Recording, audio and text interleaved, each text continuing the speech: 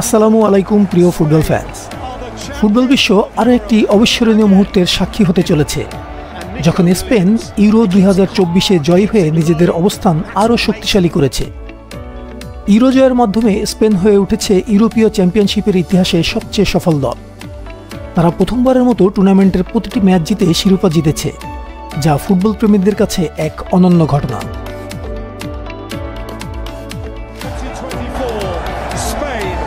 Euro জয়ের পথে Spain ধারাবাহিকভাবে Croatia, Italy, Albania, Georgia, Germany, France এবং ইংল্যান্ডের মতো শক্তিশালী দলকে পরাজিত করেছে। কিন্তু স্পেনের এই সাফল্য কি শুধু ইউরো চ্যাম্পিয়ন হওয়ার মধ্যেই সীমাবদ্ধ থাকবে? ইউরোপের ফুটবল প্রেমীদের জন্য আরেকটি অসাধারণ সুযোগ থাকছে ফাইনালিজিমা জয়ের মাধ্যমে নিজেদের শ্রেষ্ঠত্ব প্রমাণ করা। স্পেন এই জয়ের সঙ্গে 2025 সালে অনুষ্ঠিতব্য ফাইনালিজিমা খেলার যোগ্যতা অর্জন করেছে।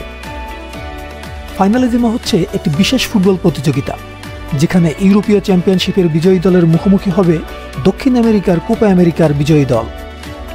ইতিমধ্যে আর্জেন্টিনা কোপা আমেরিকা জয় করে এই প্রতিযোগিতায় তাদের জায়গা নিশ্চিত করেছে।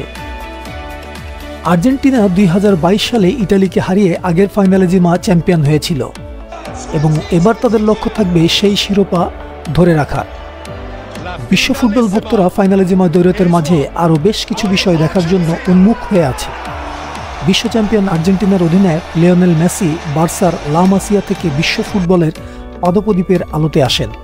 ঠিক তেমনিভাবে বর্তমান ফুটবল সেন্সেশন লামিন ইয়ামাল বার্সার লা মাসিয়া এবং স্পেনের তরুণ উদীয়মান খেলোয়াড় পাদপ্রদীপের আলোতে আসেন।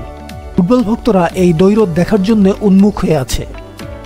যদিও লামিন ইয়ামাল তার এক সাক্ষাৎকারে বলেন, মেসির সাথে তাকে তুলনা হতে দেখলে তার ভালোই লাগে, তবে সে লামিন ইয়ামাল হতে চায় কারণ তার কাছে মেসির নিকট থেকে পাওয়া কিছু পাওয়ার আছে।